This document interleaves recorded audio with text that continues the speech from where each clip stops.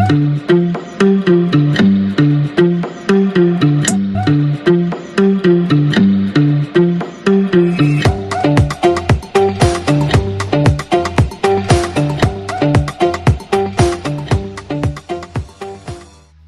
woman, I would be a fool to think there's something more astonishing than the way you wear your mahogany as if it's your birthright.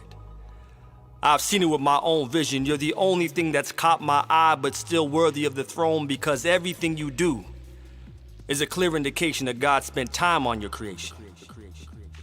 Black woman.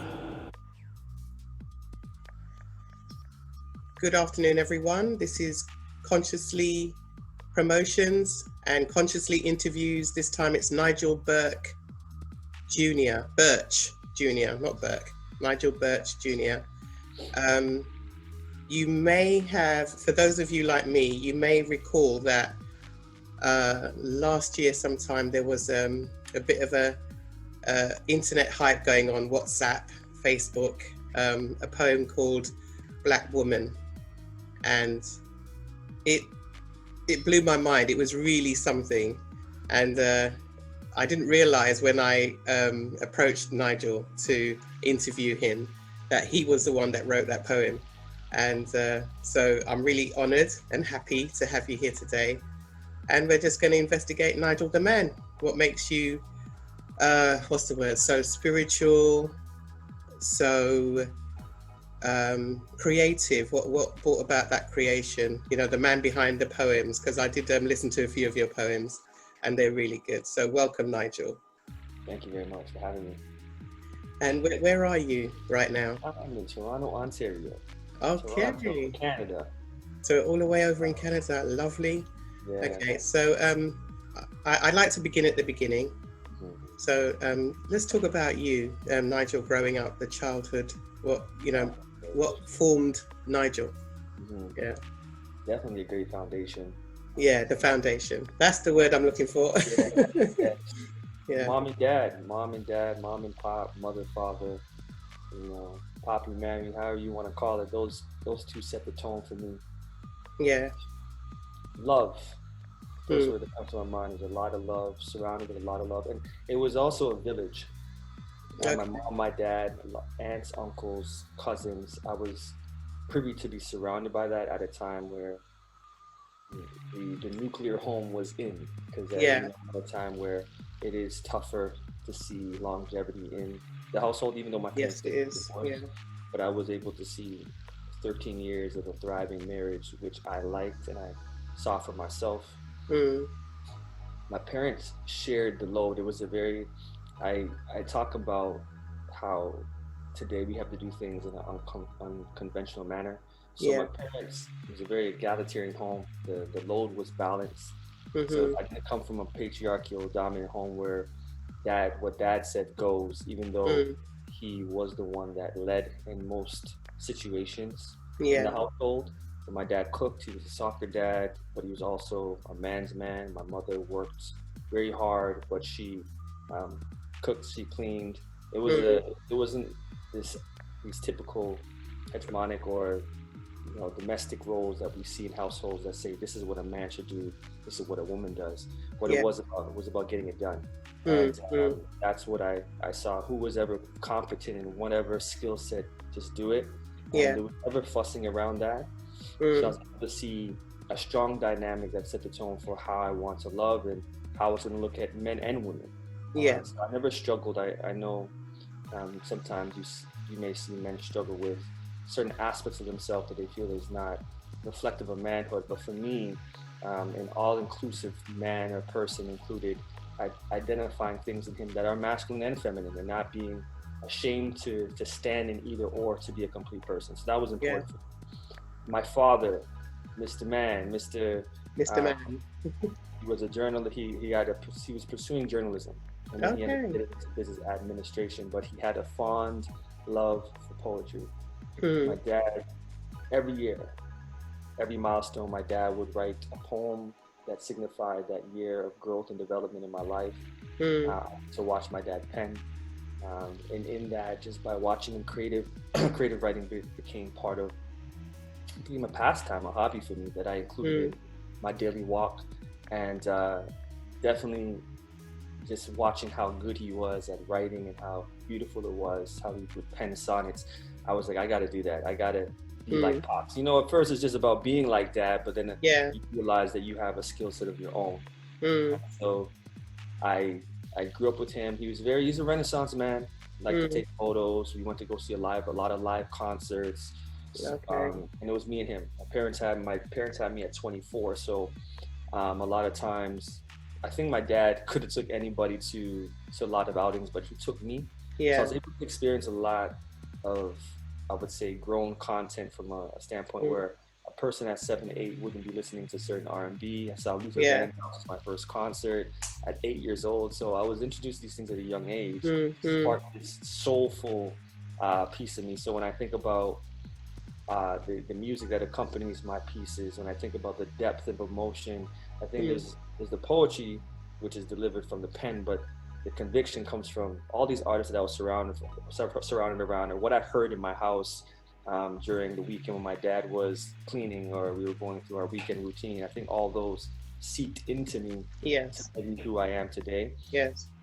At about 13, my parents got divorced. That was a very difficult time for me because no one wants to see what they love.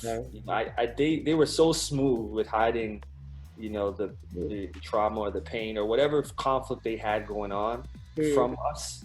We were able to see them have discourses and obviously have, you know, arguments from time to time, but it was seldom that I saw that. So I was kind of caught off guard, but they did mention when I was younger, how would you feel if you weren't together? And I was like, you guys are crazy. No, you ain't doing that. But a time came where they split up, and I think that I was a big athlete. I was big in soccer, and I stopped playing soccer because it was tied to my dad. And I was going through my teenage years, and you know, I think I was looking for a level of an authority figure, someone to ground me. And at that time, what happened was I was with my mother. My dad moved to Atlanta, Georgia, and after that, a couple of years later, I ended up moving with him just to get under authority and develop the character of what I call my manhood today. And as I was going through that, you're reaching your 20s now, and I had to figure out relationships, so to speak, and what that was going to look like for me. And I was during that time, I was picking my parents' brain, trying to figure out, you know, each person's side of the story. And what was interesting about it is, originally there was a lot more resentment from my father initially because you're just protecting your mother, and you haven't really, the psyche of a man hadn't been fostered. So I didn't want to see my dad's side. After a while, me and my dad, like, we would bump heads because he's a man, I'm a teenager going through things I don't understand that he can't really teach me until I go through it myself. So we knocked heads for a while until I really figured it out, and I was like, okay, I see what the things that dad had been going through, and this is just manhood stuff, just like not even dealing with my mother, just him and his psyche and things that he struggled with as a man. And now we could have those conversations. And then I would revisit the conversation about mom, get his perspective, and be able to balance, you know, what mom's side was and how she viewed things. And she never threw him under the bus, but she had a perspective that I was biased towards, and then he told me his, and I could see it differently now that I was a grown man, understood, okay, I could see those challenges that he had. And I started to bridge those ideas and say, okay, well, I love my parents' marriage, and I don't want to, one thing I don't, which I see, is overcompensate for what they didn't do. And I also don't want to act like those things didn't exist. So I wanted to pick their brain and try to be more objective of how I look at love in itself. And what I want for love. Take from them what I love and things that I see that I would do differently, even though, you know, you got to still throw yourself in there to really figure it out, regardless of what the situation is. And then, you know, through that process, you know, spirituality has always been, we come from a Christian household, but I've always been into like different people, such as like Eckhart Tolle or Carolyn Myss. These books have been given to me along the way. It's such an interesting thing. By random people, they would say, read this book. This book. And it was like, I felt that at the time they were like angels, because I was working at, let's say I was a barista at a coffee shop, and someone would say, read this book. And these books have always been life-changing. And I wasn't no one told me about these teachers at the time. So along with the Bible, I'm reading all these things about love and what unconditional love looks like, and what spirituality looks like versus religion. And I'm learning to broaden my scope as a person and really use introspection and writing as a tool to really break down those ideas. It was almost like meditating on these things and really diving deep to see how is this going to work through with my experiences, what I'm seeing around me. And that's how I was evolving. And the base of this was always love. So I'm growing, I'm going through my path, I'm going through relationships, I'm learning through relationships, and constantly learning how to become a better man. And at this time, I'm writing, but not at the capacity or where I realized that it's my calling. I don't think I realized it was my calling until Black Woman came into play. And because then I understood what I'm supposed to write to specifically. And I think I know that I love love, and love is the basis of everything. But then I also know I could be a conduit for something that is presently being affected, which is the Black woman.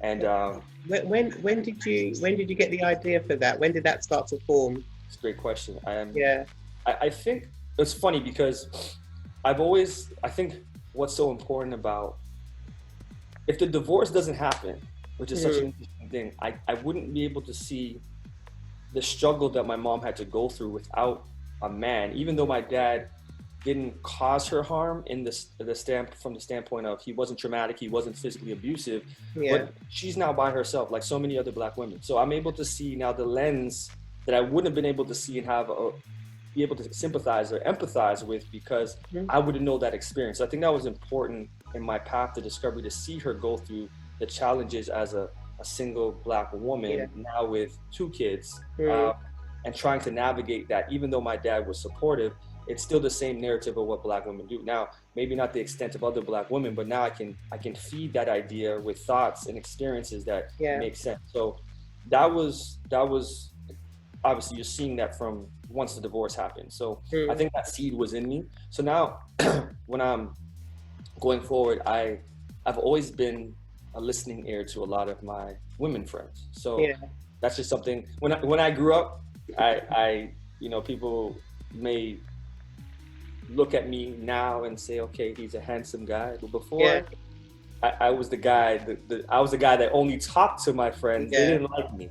So I think part of that is always still resonated with me is the impact of a man just listening and having the position to listen to in on women's conversations.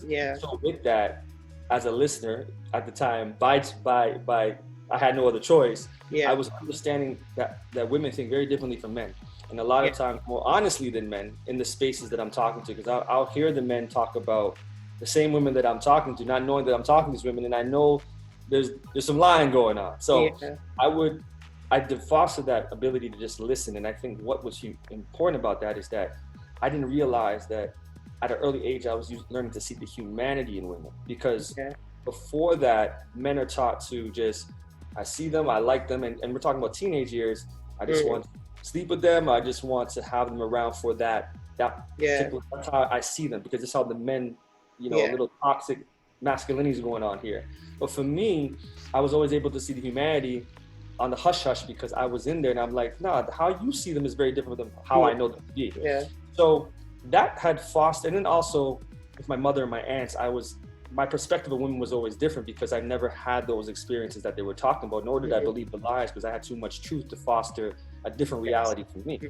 So talking to them, as we get into our 20s now, I'm noticing the pattern of pain and a need for love, but in the same breath, a bit of confusion on what's happening on the male side. And again, it takes 2 to tango. So there are some missteps that we can trail back to, family, and we can say, okay, maybe he cheated, but then let's ponder on what was the reasons, what led to that, what did you miss, why did you take on this man, why do you keep on dating these men?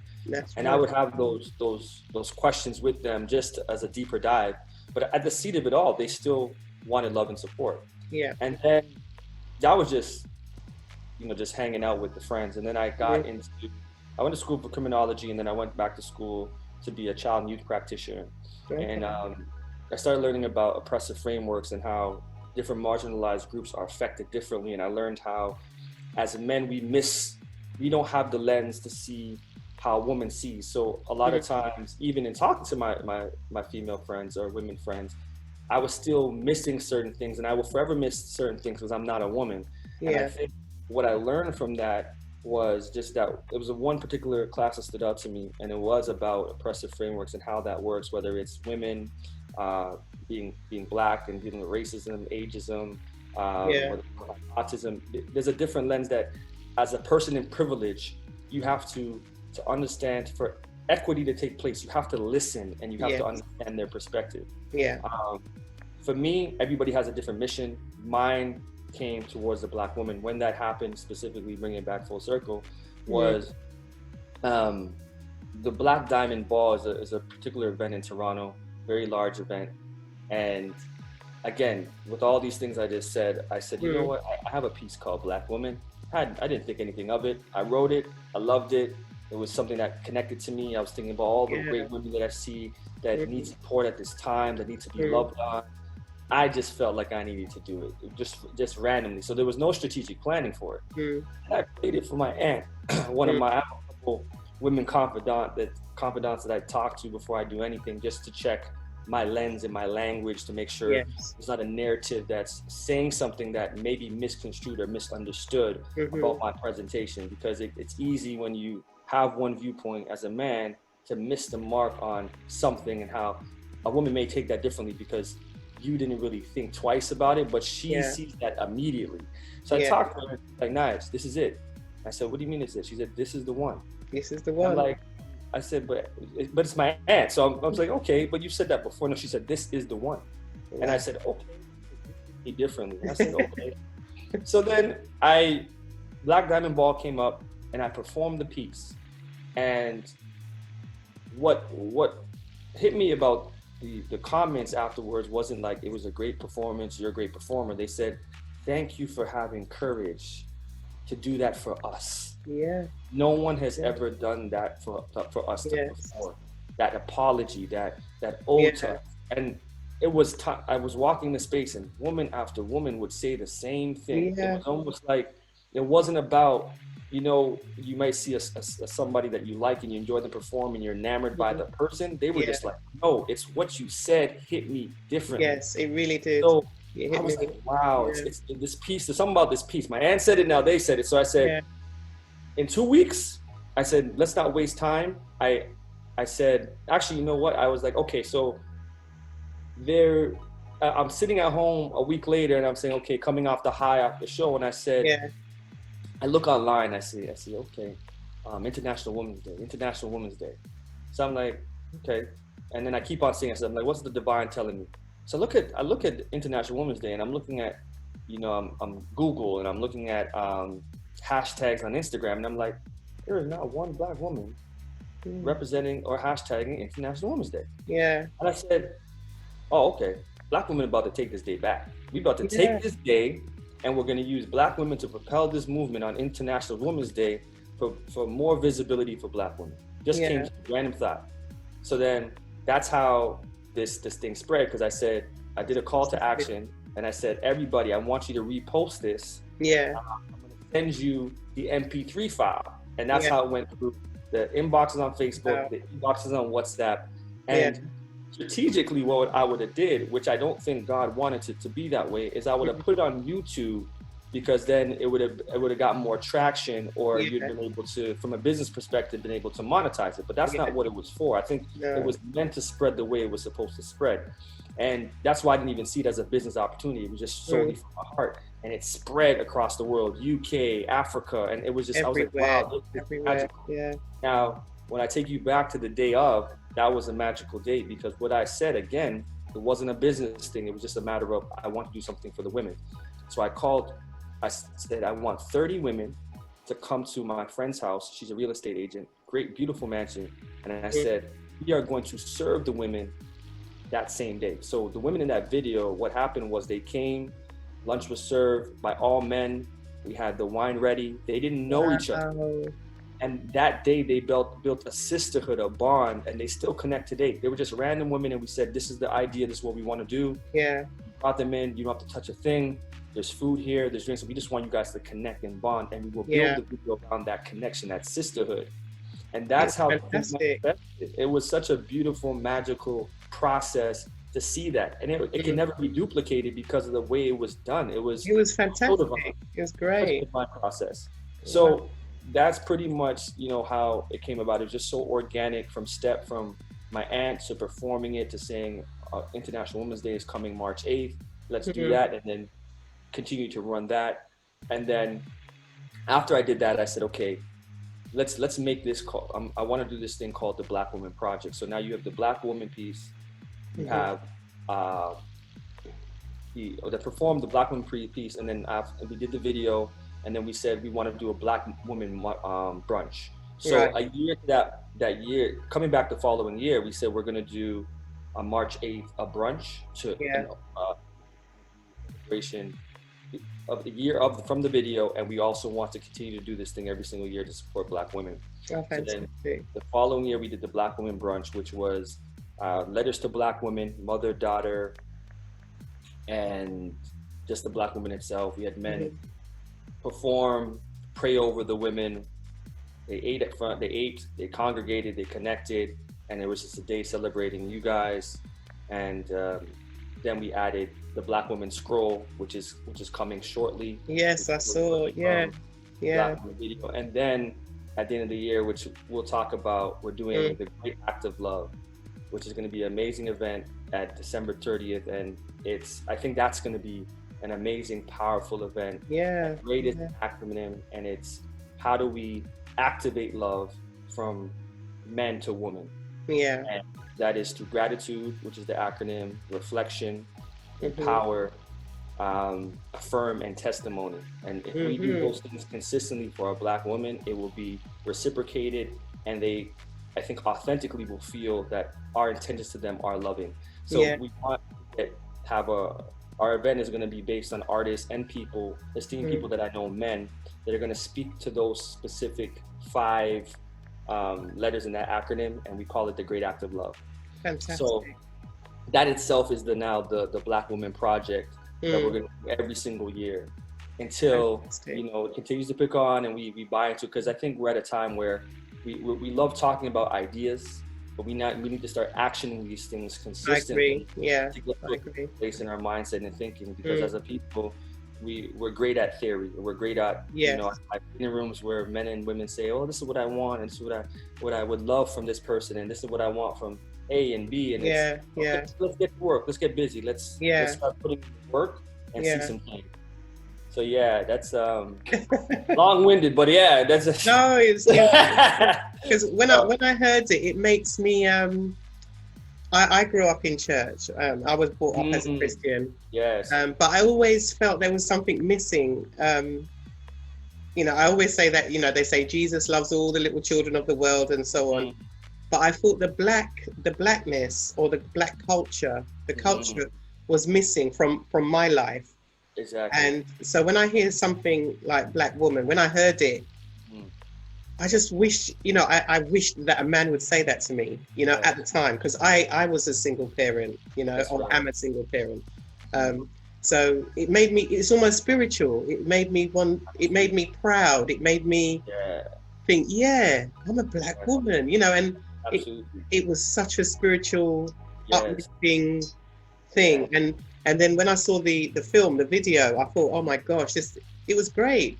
And I love black and white things. I love when things are filmed. It's really classy, you know. So absolutely. I think it was great. But you said something about Thanksgiving. You were going to do something. So Thanksgiving, the Black woman on Thanksgiving is Black Woman Friday is when we're going to actually start selling the scroll. Oh, right. What's going to happen is for the Great Act of Love, there's going to be a part where we affirm each other by reading the scroll. Okay. So the women will read it together amongst other things that will take place on that day. But the scroll will go on sale that day, and then, you know, we're just trying to promote healing and some clarity and some peace for the new year, and covering our Black women Mm. 2021 has been a tough year, but we also want to bring love into that, and know what's a better way than us adorning you with that and supporting you with Yes. that. Yes. And a lot of, it's so funny, a lot of conversation surrounds, okay, so what about the men? And I think my process of manhood for my father, bringing him back, was him modeling for me. So when my dad modeled something, it wasn't always told to me. Like, of course, we went through our times where he had to specifically tell me A, B, C, how to do something. But a lot of it was modeling. And I think if a lot of us model that, which is selfless love and pouring into women, no doubt that the woman will pour back. But I think what happens is we're caught up in our own pain, and we want to compete. And I call it oppression Olympics, where Black woman says, this is what I'm dealing with. And then at that time, the Black man says, I'm dealing with this too. Yes. And he regards the need for sympathy and empathy, because he can relate to her experiences, and he's not there to support her, because they're toggling over whose pain we want to discuss today. And I think when we shelf it, it doesn't mean you dismiss it, but you say, I'm going to pour into her, even though I'm dealing with this, it will be reciprocated. But we have to see that that's true. And that's why I'm here to champion that, because I've done that. And there's not one time that this piece has gone out, and I have stuff I'm dealing with as a Black man. But guess what? I don't need to talk about it, because the moment I put out this old, now Black women check on me. So are you okay? Are you good? It's a reciprocity. Reciprocity, sorry. And I think that in itself, I hope that sets the tone to say, okay, all right, maybe I should really just pour and see what happens. Let me just take the risk and pour into them and see what the response is, versus complaining that I ain't doing nothing for no Black woman. She's too strong, she too this, and she doesn't that. Let's cut that negative talk and try something different, because if you want to be with a Black woman, but this is the issue, you have a love-hate situation going on. You got to fix that before you move forward. So that's kind of the idea that I want to present to the people. For Thanksgiving. I think that's great. Absolutely great. So you also have a book. Memoirs of Mona. Yes, which I have to purchase. Memoirs of Mona. Yes. Memoirs of Mona is again, this one specifically doesn't have this is not a specific to any color or race. It's specific to love, and I wanted to make it that way, because one thing I was having a conversation about is how love is such a grand thing, and when we try to add an adjective to describe love, we diminish it. Purity, Black love, red love. Love is love, and then everything else that attaches itself to it, we have to work through, because we're trying to get back to love. But when we add something to it, we're actually diluting what it is. So what I did in this book is I got a concept for the seasons of love, and in church, or if you're familiar with the different stages of love, friendship love, or unconditional love, romantic love, I want to show that these different strands of love have seasons. Now, I would say unconditional love is one that doesn't change. It's there underneath everything. But when you're, me personally, going through any personal or romantic relationship, or one where I saw a possible potential wife out of, to me, friendship and romance has its place, and they talk about its place in your love experience. And how that works for me was, I would initially meet somebody, there was connection, chemistry, fire, passion, I fall in love with this person. And everybody knows that there's the honeymoon stage, and you go through you're on a cloud nine. But then as you learn about the person, and you start to see things that are different about them, things that you may not like, the things that may irk you, the things that brought you together in the first place to help you evolve and grow. Your challenge there, your quote unquote love, or falling in love, is being challenged, and you start to kind of fall down a little bit. You start to lose that zeal, and you're like, what's going on? But it's part of the process. It's part of the process of growth, where you can't stay on this high forever, nor you don't want to, because you got to get back to your own personal growth as you're growing with this person. So then I talk about falling. That's fall. So you fall in love with this person, then you fall off. In a lot of cases, if you're not married, you're in a season of, you go into winter and you're not with somebody anymore, and you go through winter pain, where you have to reflect on the things that went wrong, and some of the things you blame yourself for, some things that you look at your partner and say, why did you do this? So then going through leaving the fall and having that moment to see what you did, what I did. And spring cleaning is about self-love. It's about saying, you know what, winter's over. I spent some time, ruminating on the things that I didn't like, a little bit of resentment. I grieved over it. Now I'm going to go into spring and work on me.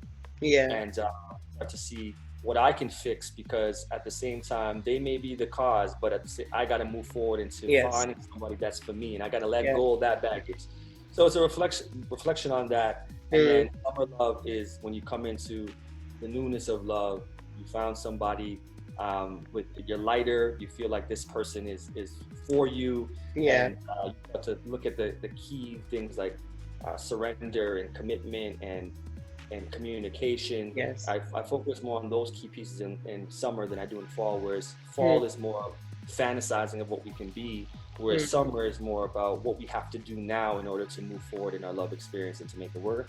And then my favorite chapter, which is Queen Bee, is the last chapter, and it's all affirmations to women. It's all anything. Oh, I like that. I always tell people the last chapter first and then come back. It's called Queen Bee, and it's just anybody that may be struggling with situations or maybe a little discouraged that they try it again with certain men and it's not working.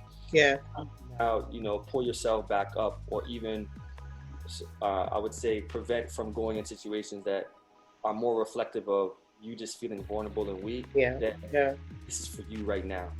And so the feedback has been great. I want everybody to get it. Memoirs of Mona, Seasons of Love, so we can discuss it. I definitely would want to have just like a book club format where we could talk about some of the things that resonate in the book, and then go from there. I would love that. So, how long did it take you to write to finish the book? It took me, I would say, 4 months. That's not bad. That's very good. It's actually one of 7 books, so there's 7. This is the first one that came out recently, and then I have 6 more on the way. It's a Paul situation going on over here. I tell people I'm not writing this content. It's definitely God inspired. Like I will kid you not, I'll write words that I'm sure are in my psyche, but I don't remember that definition. But God had said, put that word in this sentence, and when I go back to look at the definition, it works. So there's some things that are divine, and you just have to constantly meditate and pray and ask God to continue to fill you up with this gift, because sometimes there's no such thing as writer's block when the Spirit is feeding you. Our writer's block is that you're trying to write, you're not trying to receive the message spiritually, like you talked about Black women. Same thing. That was a message that was given, and that's why you could feel the emotion on the page. When you try to write from a standpoint of your mind, it's not going to be filled with emotion. You can't. You're not full. So that's pretty much the writing process, and that's why it was a short amount of time for me to put that. It just came out. And it was funny because when I first thought of writing a book, I have a friend of mine, and I showed her 90 pieces that I had written before, and this is like we're talking about from 20 to 27. Out of those 27 pieces, she says, I only like 5. What? I felt it hurt my heart. And come to find out, they were outdated. So I challenged myself. Now, I was actually looking at just filling in the gaps with, let's say, I took out of her suggestion, she said 10, I took 20. So I said, you know what, let me write 90 new pieces. But then I was like, these pieces have a very different connectivity than the 20. So they end up pushing out the 20, and the book was finished. So I was holding on to something. My ego was holding on to something that God was saying, let go of. I got something in store for you that's a lot better, but you keep on holding on to these 20 pieces that are outdated. I send someone to tell you they're outdated. You're not listening. So let those go. And then that's how that came about. And then as soon as that happened, book 2, book 3, book 4, the floodgates opened up, but I had to release and let go of my attachment to the old to go forward. And again, I guess that's a lesson in itself. Yeah. for letting go of certain things, because there's a blessing awaiting for you going Yeah. forward. So Yeah. that's how I took hold of that, and we're here That's today. fantastic. There's one that you wrote. I listened to. Is it Mama? Dear Mama. Mama, dear Mama. Yeah. Yeah. Yeah, Dear Mama. Yeah. Was Yeah, that from your own experience, or from what you know of single parents or women, both. women's parents, Both. single mothers? It was so important. What was Because that was really powerful as well. Yeah. I'm not gonna wait for your death for a man to celebrate your breathing the way That's that right. Yeah. Yes. Okay. Yes, absolutely. That's definitely. It's funny because when I wrote that piece, I was thinking. It's funny. I think no one really questioned my dad's position, because it was a dear father as well. Oh. But their father, we had to put on hold because there was some issues with the video. Yeah. But as looking at my mom as a single mom after my father, and seeing how hard it was for her to date and find men that were serious and devoted, and just watching how hard you guys work. Yeah. But you should be deserving of love. You deserve this. But it's funny how, unless, even as a man, like if I was to date or be with a mother, I can look back on my position as a child, looking at what that woman had to go through and still has to go through to carry that load. And it was so funny because it's looking at it from the childhood perspective, but also from a man's perspective. If I was a man to date a woman like that was in that position, and now having the sympathy for her, because as a child I could reflect and remember how my mom had to go through what she went through. And I think that was such an important thing. My mom's actually in the video. She's one of the women. She's the one, when you see the woman come out from the tree. That's my mom. I'll have to watch it again. Yeah, she has the I think she's, I don't know what you call that, a sash. She has something over. Dear Mama, I'm not gonna wait until your death for a man to celebrate your breathing the way that I do. You carried burdens across glass lips without breaking a smile, gave birth to a whole child while spoon-feeding the egos of men that couldn't step up to the plate with their own cutlery. When I used to wipe your tears, you told me to remain strong because you knew you had no man to rely on to shift the pounds of stress that was weighing down your discouragement. And even though I was too young to understand why you were dying within, that never stopped me from trying to live up to the expectations of manhood that wanted to protect its mother, but I was just too boy, so I fell short. It hurt me to see that love only came by way of conditional commitment, where waves of emotion sickness were too frequent to ignore. You developed a chronic condition because loyalty was unavailable to provide healing for years of your vulnerability, being exposed to maltreatment you didn't deserve. I hated seeing you chase after men that took your advantage, running toward shame, because to them, deserting women was sweeter than becoming fluent in intimacy. You worked so damn hard, and you were never given the opportunity to clock out of your strength to be pampered by a man who was willing to give the bags under your eyes that carry overtime a day off just to feel what it's like to be loved sometimes. So where do you get the ideas for the direction? I mean, Black Woman, you know, when you do the filming, whose idea? Yeah, where do you get the idea? Well, I have a friend, Jude was on the first two projects, and it just comes to me.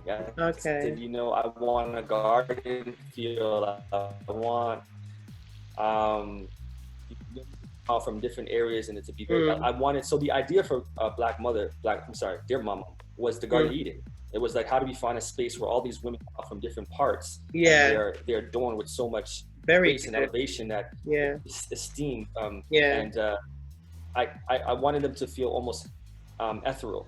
Yeah. So I wanted there's something very godly about these women coming out of this place. I think it's good. No, I was going to say, when you lay your head on her chest. Yes. Big lump in my throat. Oh my God. Yes. I couldn't take that. Yeah, and I was gonna use my mom. It was so funny because people were like, "Why do you use your mom?" And I said, "You know what? You know, it's just like when you go when you have two people that are actors, they don't want to be father and son in the video. Yeah. I want to place it somewhere else and give someone else an opportunity to play that role. Yeah. But yeah, that was powerful. It was really. Yeah, man. I love Dear Mama, and it's so funny because I'm a big fan of Tupac Shakur and his Dear Mama video, and he has. I said that if I'm gonna do anything artistic, I want to make sure that I represent who I came from first, because he did Dear Mama and he did Keep Your Head Up, and those are probably his biggest songs he's ever had, and it was about supporting Black women. So I said, if I'm gonna come out here and do this, I gotta do it right. Anything that follows, I want to know, like even dropping Seasons of Love. Yeah. It's funny because obviously people know that love is the core of who I am, but I think it's important that I let it be known that Black women, even Black men, have a place in my heart. Yeah. You know, so because I know that these books are going to speak to a lot of different people. Yeah.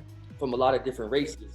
But I don't want my Black people to get lost in the sauce. No. So I want them to know that you got Dear Mama, you got Black woman, the poster, melanin, specifically for my people, so they know that that's the center of who he is. So if I go off and do anything, they're like, no, he still reps. Don't get it twisted. He's still here to support us, but he still has a message of love that he has to spread, but he's never forgetting about you. So that's how I want to start it, and just let them know that I'm here, support.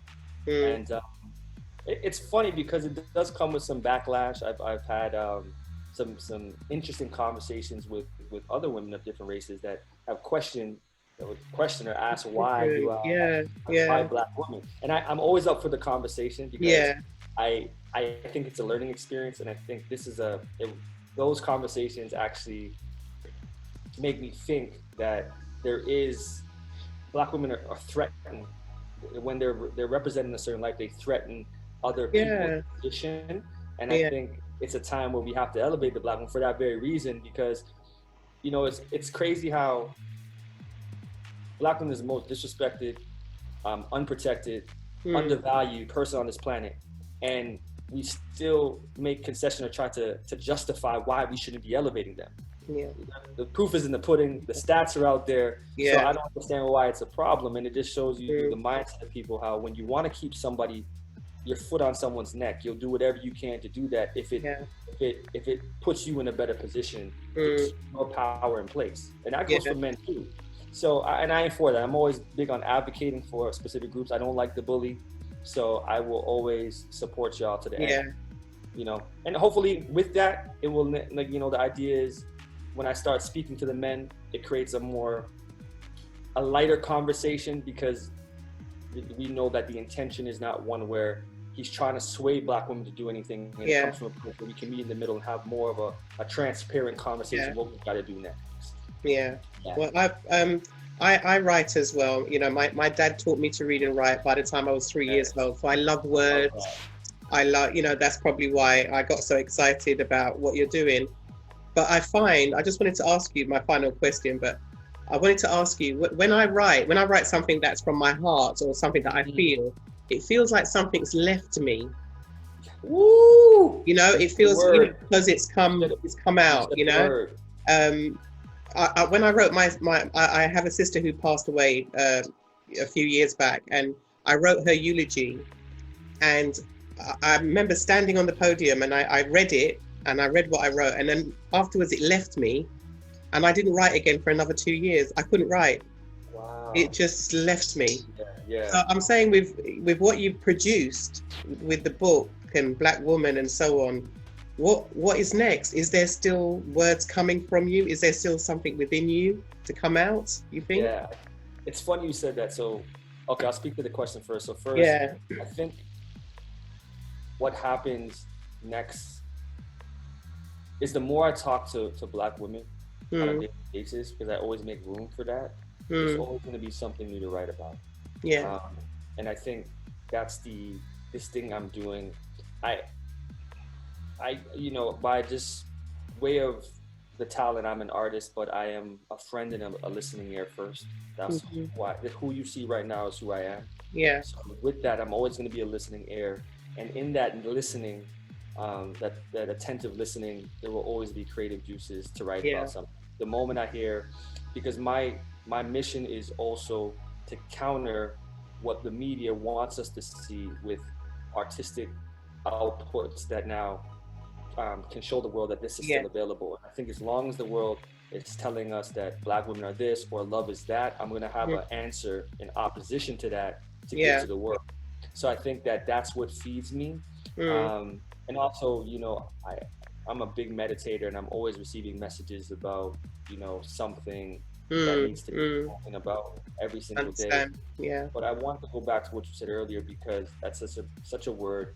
And whenever I perform Black woman, dear mama, propose her melanin, I feel depleted. And I feel like I've given, I only perform one way. So I give, and I almost have to retreat. Like I can't be around, like I gotta go to a quiet space, because I've just offloaded this feeling that is so true to me every time I perform it. It's almost like you're crying, and you're just crying through for 5 minutes through words, and you're just like, okay. And you just get a corner and get some tea and just chill out for the rest of the night, because that was a lot to unload. So I totally agree with you when you it's like offloading, letting go of this. It goes, it just leaves you. So definitely, it's an interesting process, and I have to. My friend, my good mentor Dion says that, what is your tunnel process? Because he says that I go through a shift. He sees me, he's watched me perform and host on many occasions, and he says what happens is like we're talking now, and then all of a sudden there's a shift where there's this performance shift where I'm about to dive deep into these feelings. So I have to prepare my body for it. And I go, and then it's just boom, and then I come off, and it's a spiritual thing. So it's interesting. People have, and this again, just listening to people tell me these things, and then I'm able to relate to you and stories. It's how I write. Just trying to be there to support the best that I can. Oh, you make me want to go and write again now. No, I want you to write. You know, we'll do a writing workshop. I think that's coming up too. That'd be great. Yeah. So I'll definitely bring that to life, and I'll make sure that you're there. And absolutely. I also have my business partner, Natasha Helwig. She's also a healing and transformation coach. So I also pull from her. We go live every Monday, but that's another person that is very, like, we talk frequently. So that's another thing, another woman in my life, that because we are in the business of healing, growth, and transformation, it's something that we talk about often. So I think a lot of creative energy, and we'll talk, and she'll talk about what she can, because she has a lot of clients about the disparity of what's happening with women and trauma. And I'll listen, I'm like, man, I never knew that, and now it gives me something else to write about. So I mean, that's good. I'll definitely be keeping in touch. Where can we find you? I know I've seen you on Spotify, I've seen you on YouTube. So what are your social media handles? The same. So Nigel Birch is EDXVD. And that's Everyday's Valentine's Day. I know we didn't start that way, but my brand and what I go by is Everyday's Valentine's Day. Love every day like it's your last. And Everyday's Valentine's Day doesn't mean buying flowers or candy or teddy bears every day. It means that you're committed to, and we'll use it, for example, the 5 love languages every single day. Are you giving somebody some type of affirmation, physical touch, quality time, gifts of some sort? Doesn't have to be big. Are we doing this on a daily basis, not because of some day in February, but because love is running through us every single day? So that's where I came up with Everyday's Valentine's Day. So that's going to be tied to every one of my handles. The same thing for Facebook. You can find me as Nigel Birch, but the business page is Nigel Birch's Everyday's Valentine's Day. Nigel Birch is EDXBD. Those are the 2 main platforms I'm on. Of course, YouTube. Check out the channel. And my website is nigelbirchiseverydaysvalentinesday.com. So you can find me there as well. Check out the site. My mixtape messages are actually on the site, so you can from there. And then also, obviously, you can learn about me and what the brand is. Everyday's Valentine's Day. And if you need to get me to come out there, or you want me to do some type of speaking engagement, there's some options on there as well. All right.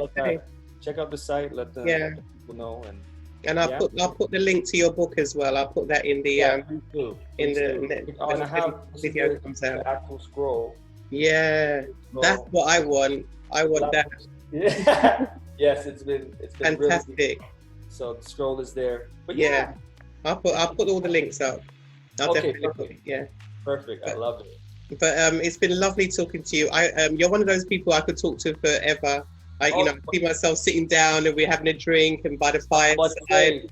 When this thing is over, I'm coming to you. You're gonna sit down and drink some tea. Yeah, we have. Whatever it is, and then we'll chat. We'll have a great conversation. Definitely. I'd love that. I would love it. Absolutely. But it's been nice talking to you. Yes, it's been a pleasure. I see your Christmas tree behind there. You see it, right? It's ready. It's ready to go. What are you going to do for Christmas? Is it just going to be you, or? You know, I'm actually going to I'm thinking about going to Atlanta to see my father. My brother's out there right now. So we've been talking about just having the men out there having a powwow. I haven't seen them in a year, so. Oh, that'd be nice. That's the idea for Christmas. Okay. And hopefully we can get through this COVID thing smooth and we can get back to. Please. My gosh. Yeah. How are things out there? Quiet. I don't think it doesn't. I mean, by now usually it's Christmas decorations are up and I haven't seen a lot of that. It's been very quiet, very cold. Cold on many levels. I guess. Yeah. Absolutely. So, but I haven't planned Christmas yet. But yeah, I'll do something, no doubt. Okay. Well, it's been lovely meeting you, and I will make sure that you get a copy of the video. Absolutely. Okay. When it's ready to go. But I'm sure I'm going to be talking about you again anyway. So until then, take care and see you soon. Okay. Bye-bye. Bye. Black woman, I would be a fool to think there's something more astonishing than the way you wear your mahogany as if it's your birthright. I've seen it with my own vision. You're the only thing that's caught my eye but still worthy of the throne, because everything you do is a clear indication that God spent time on your creation.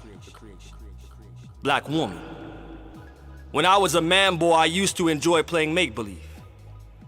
I wasn't mature enough to understand your gospel, so I didn't believe in you.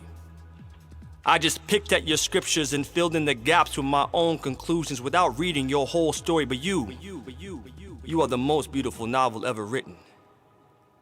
Black woman, you've opened me up in ways that can only be explained through divine intervention. When life felt claustrophobic, you were the opening on fire escapes, climbing through my exposed wounds that were too sensitive to touch. Black women were privy to my secrets. I only expressed the rooftops where endless screams were heard and tears are forgotten. They carried a lantern through my darkest corners and found the remains of my self-love. A black woman made my potential her deity. She's the only one that truly had faith in what she was yet to see. Black women are known for their curves but carry most of their weight on their tongue, strong enough to lift a man's spirit. Oh, I love my black woman. Black woman, you are deserving of so much more. I speak on behalf of the men that have failed to protect you, always having a justification for why your skin doesn't deserve to be abuse-free, and would rather you pay for their sins because they're too broke to take accountability for their actions. I will humbly become your living sacrifice. I'm indebted to you for all the senseless men that see you as no more than a commodity and turn a blind eye to your trauma, leaving you with the permanent sense of arrogance that smells like male privilege. I'm indebted to you for all the men that have remained silent in the face of your mistreatment and rejection when you need us to be the reverb that echoes your sentiments. Black woman, your womb carries our baby, so I put respect on your name.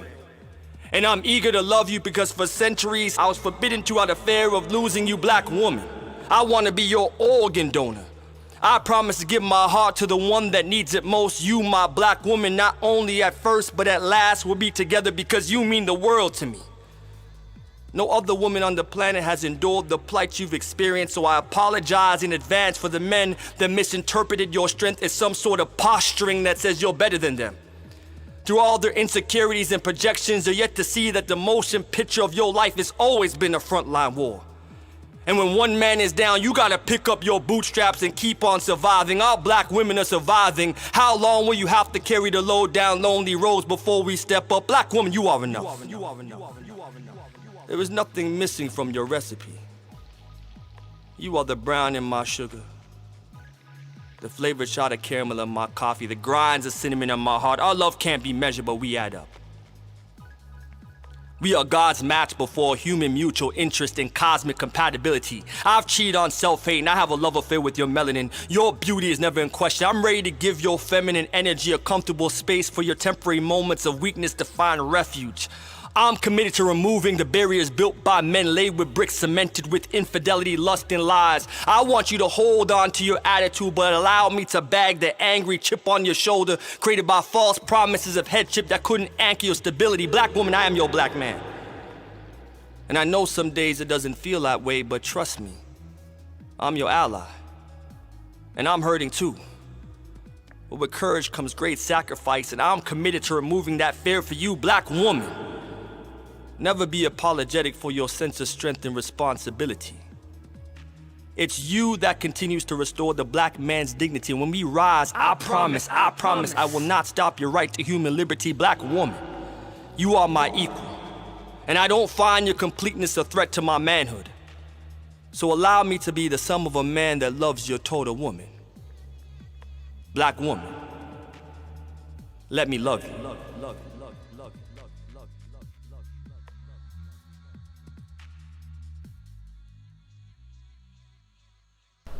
Black woman. I love you, black woman.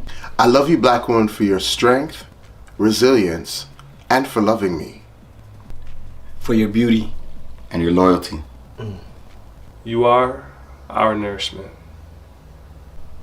Black woman, I love you for holding me accountable, for loving me with and without my flaws.